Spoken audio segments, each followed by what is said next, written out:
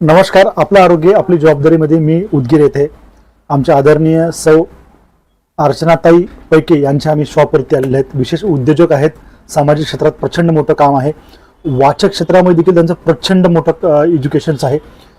महाराष्ट्रातले 150 पेक्षा जास्त लेखक ज्यांचे पुस्तके प्रकाशित झालेत असे सर्व पुस्तकाचं ज्ञान यांच्याकडे आहे. यांच्या माध्यमातून अनेक स्कूलमध्ये प्रबोधन देखील आमचे ताई साहेब करतात. त्यासोबतच स्वतःचं आरोग्य देखील स्ट्रॉंग ठेवतात. आपण विचारूया की स्वतःचं आरोग्य स्ट्रॉंग ठेवण्यासाठी दिवसभरातलं बिझी सुरू असताना देखील वेळ काढून व्यायाम का करतात आपण त्यांना विचारूया. ताई साहेब नमस्कार. आम्ही अर्चना सिद्धेश्वर पैके. वेळ हा मिळत नसतो, वेळ हा काढावा लागतो. आणि सगळ्यात महत्त्वाचं, वेळ हा स्वतःसाठी नाही तर दुसऱ्यासाठी कशाला. सगळ्यात महत्त्वाचे तर आपण स्वतः आहोत, कारण आपण आहोत तर सगळं जग आहे. आपण नाहीत तर काहीच नाही. आणि पुनर्जन्मावर माझा बिलकुल विश्वास नाही. त्यामुळे जे काही आपल्याला आज हे जीवन जगायला भेटलेलं आहे त्या जीवनाला आपल्याला जर साकारायचं असेल तर सर्वप्रथम आपण स्वतःची काळजी नक्कीच घेतली पाहिजे. यासाठी सगळ्यात महत्त्वाचं स्वतःचं शरीर चांगलं ठेवणं. मग त्यासाठी काय हवं तर आपला आहार चांगला हवा आणि आपल्याला रोजचा व्यायाम हवा आणि आपलं मानसिक संतुलन चांगलं हवं. म्हणजे आपल्याला वाचन पण गरजेचं आहे, आपल्याला व्यायाम पण गरजेचं आहे, आपल्याला ध्यान पण गरजेचं आहे आणि आपल्याला आपलं जेवण सुद्धा गरजेचं आहे. वेळ कसा मिळत नाही. मला स्वतःला माझं शॉप आहे जे सकाळी 10 वाजता उघडतं आणि त्यावेळेस मला पोहोचावं लागतं. त्यापूर्वी मला माझ्या घरचं पूर्ण नियोजन करावं लागतं आणि स्वतःला पण वेळ द्यावा लागतो. त्यासाठी माझा स्वतःचा एक दिनक्रम आहे की मी सकाळी रोज 4:30 वाजता उठते. 4:45 वाजता माझं मेडिटेशन असतं, जे मी 7 चक्राचं मेडिटेशन करते. 7 चक्राचं मेडिटेशन यासाठी की जो आपला मेरुदंड असतो त्या मेरुदंडावर तुमचं आयुष्य अवलंबून असतं, त्यावर तुमचं तारुण्य अवलंबून असतं. जर तुमचा मेरुदंड जर चांगला असेल तर तुमचं शरीर चांगलं असतं. आणि या मेरुदंडासाठी आपल्याला अगदी स्वतःला चक्रांचं मेडिटेशन करणं गरजेचं असतं, ज्यामध्ये तुम्हाला वेगवेगळ्या अनुभूती पण होतात. हे मी जवळपास 4:45 ते 5:15 पर्यंत हे मेडिटेशन म्हणजे अर्धा तासाचं मेडिटेशन करते. त्यानंतर जे काही माझं स्ट्रेचिंग आहे, स्ट्रेचिंग म्हणजे आपल्या नसानसांना आपण स्ट्रेचिंग करतो आणि आपल्याला एक वेगळ्या प्रकारचं ब्लड सर्क्युलेशन होतं, ज्यामध्ये ऑक्सिजनची सगळीकडे अशी वहिवाट सुरू होते. त्यासाठी आपण स्ट्रेचिंग करणं गरजेचं आहे आणि ते स्ट्रेचिंग मी करते. त्यानंतर एक अर्ध्या तासाचा वेगळा व्यायाम करते, जो व्यायाम मी स्वतःच्या बॉडीसाठी जो सुटेबल आहे माझ्यासाठी, म्हणजे ज्याला आपण वर्कआउट म्हणतो, ते वर्कआउट मी स्वतः करते स्वतःसाठी. आणि तो प्रोग्राम मी स्वतःसाठी बनवलेला आहे जो माझ्या शरीरासाठी सुटेबल आहे आणि गरजेचा आहे. मग तो कमरेसाठी असू द्या, हातांसाठी असू द्या किंवा तुमच्या पायांसाठी असू द्या. म्हणजे माझा एक स्वतःचा अनुभव सांगते की माझा एक पाय मला खूप वीक वाटायचा, की कधी कधी असं वाटायचं की मी पडते की काय. तेव्हा मी एक ठरवलं की माझ्या पायाला मला खूप स्ट्रॉंग करायचं आहे आणि त्यासाठी मलाच करावं लागणार होतं, दुसरं कोणी नाही. तर त्या पायासाठी मी पहिल्यांदा त्या पायाचे स्ट्रेचिंग सुरुवात केली, त्याच्यानंतर त्याचा व्यायाम सुरुवात केला आणि त्याच्यानंतर वॉकिंग केली. या सर्व दृष्टिकोनातून मी जेव्हा प्रयत्न केले तेव्हा तो पाय दुसऱ्या पाया एवढाच मजबूत झाला. आणि यासाठी आपण स्वतःच प्रयत्न करायला पाहिजे. व्यायाम जेव्हा करते मी, व्यायामाच्या नंतर ध्यान करते. ध्यानाद्वारे स्वतःला एक मानसिक संतुलन भेटतं. अगदी माझा स्वतःचा हा अनुभव आहे की आपलं शरीर हे शरीर राहत नसून ते एखादं पीस बनलंय. इतकं आपल्याला हळूवारपण आपल्या शरीरामध्ये जाणवतो जेव्हा आपण ध्यानामध्ये असतो. बऱ्याच वेळेस असं होतं की आपल्याला डोळे सुद्धा उघडावे वाटत नाहीत, ध्यानातून बाहेर या वाटत नाही. मग तुम्ही कुठलंही ध्यान करा आणि त्या ध्यानामध्ये तुम्ही मग्न व्हा. बरेच जण म्हणतात की आमचं लक्ष लागत नाही, विचार लागत नाही.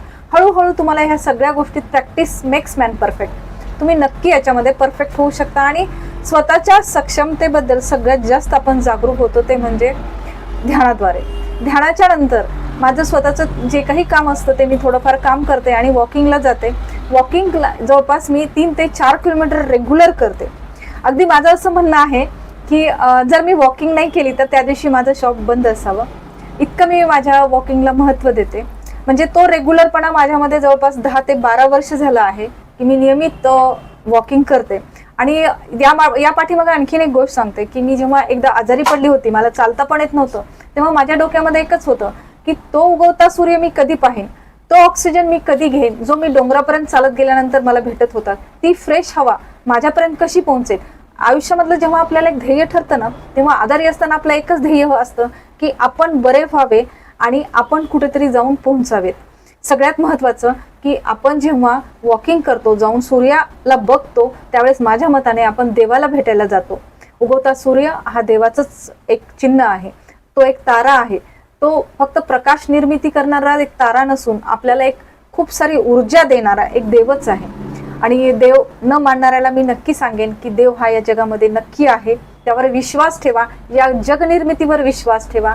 या निर्मितीसाठी आपल्याला सुद्धा त्यांनी तयार केलेले, आपण पण एक निर्मित गोष्ट आहोत आणि या गोष्टीला जपणं फक्त आपल्या हातामध्ये आहे. 10:30च्या नंतर मी माझ्या शॉपमध्ये असते. जेव्हा पण मला वेळ भेटेल त्यावेळेस मी एकच काम करते, एखादं मेडिटेशन करते. जे मी मेडिटेशन शिकले त्याच्यातलं एखादं मेडिटेशन करते, जे मी चेअरवर बसून सुद्धा करू शकते. त्याचबरोबर मी थोडीशी शॉपमध्ये वॉकिंग करते. शॉपकडून जर माझ्या घरी जायचं असेल तर गाडीचा वापर न करता मी चालतच जाते, जेणेकरून माझं चालणं व्हावं. आणि त्यानंतर जेव्हा पण मला शॉपमध्ये वेळ असतो तेव्हा मी नक्की वाचन करते. वाचनाचा फायदा आणखीन एक सांगते की श्री राम सर जे आहेत, ज्यांची बुक्स आहेत, श्वासाचा नियम असू द्या किंवा वेगवेगळी बुक्स असू द्या, त्याद्वारे आपल्याला खूप सारी माहिती होते. स्वामी विवेकानंद असू द्या, स्वामी रामकृष्णन असू द्या, ज्यांच्याद्वारे योगाची मला खूप चांगली माहिती भेटली आणि ज्याद्वारे मी स्वतःला खूप चांगलं सक्षम करू लागले. आणखीन एक महत्त्वाची गोष्ट मला इथे नमूद करावीशी वाटते, सगळ्यांना शेअर करावीशी वाटते की तुमचा आहार हा तुमच्या शरीराचा 80% भाग असतो, 20% तुमचा व्यायाम असतो. तुमचा आहार तुम्ही काय घेताय, प्रोटीन आहार घेतायत का, फळं खातायत का, फळभाज्या खातायत का आणि पालेभाज्या खातायत का, याला महत्व आहे. त्याचबरोबर तुमच्या 2 जेवणामधलं अंतर किती आहे, तुम्ही उगी येता जाता काहीतरी चरत राहताय का तुम्ही 2च टाइम जेवण करताय का, तुम्ही 3 टाइम जेवण करताय, भूक नसताना पण तुम्ही जेवताय का, या सगळ्या गोष्टीला खूप महत्व आहे. माझं सकाळचं जेवण हे 10:30 वाजता असतं, तर माझं संध्याकाळचं जेवण हे 6:30 वाजता असतं. 7च्या आत जेवण्याची माझी सवय आहे.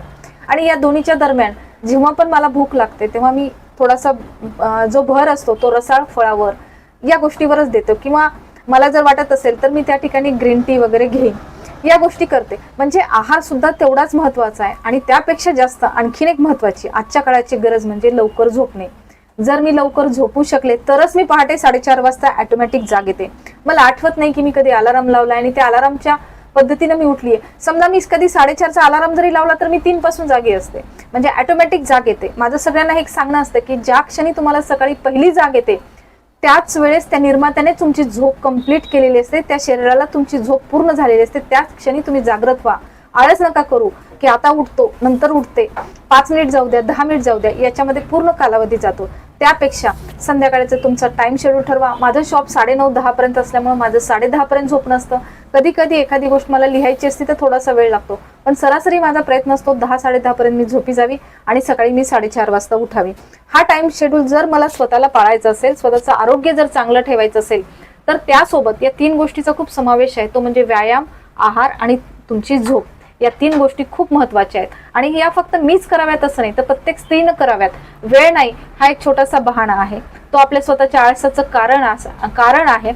अगदी बाबासाहेब आंबेडकरांनी सांगितलं होतं की स्वतःचा 1 मिनिट सुद्धा तुम्ही घालू नका. बघा, तुम्ही विचार करा की तुमचे मिनिट कुठं जात आहेत, दिवसातले 1-1 मिनिट तुमच्यासाठी कुठे जात आहेत. वर्तमानात जगा. आज वर्तमान आहे, या वर्तमानासोबतच जगा. भूतकाळात काय झालं ते नाही महत्वाचं. आजपासून तुमच्या कामाची सुरुवात करा. तुमचं जे ध्येय आहे, तुमच्या जगण्याचं ध्येय आहे, त्यासाठी सगळ्यात महत्वाचं तुम्हाला स्वतःला चांगलं राहायला पाहिजे, निरोगी राहायला पाहिजे. एक आई म्हणून, एक स्त्री म्हणून मी जेव्हा माझ्या घरामध्ये असते तेव्हा सगळ्यात महत्वाची हीच गोष्ट महत्वाची समजते की मी निरोगी असणं ही सगळ्यात महत्वाची गोष्ट माझ्या आयुष्यासाठी आहे. धन्यवाद ताईसाहेब, खरंच खूप खूप धन्यवाद. कारण की आपण दिवसभरातलं एवढं शेड्यूल बिझी आहे, एवढं बिझी शेड्यूल असताना देखील तुम्ही 4:30ला उठल्यापासून तुम्ही व्यायाम करता आणि त्यासोबत घरातले सर्व कामं करून तुम्ही व्यवसाय करता, हे सर्व गोष्टी सांभाळ देखील स्वतःचं आरोग्य स्ट्रॉंग करता. तुमचा आदर्श भारतातले सर्व महिला हे घेतलं पाहिजे आणि व्यायाम केलं पाहिजे. जय हिंद, जय भारत.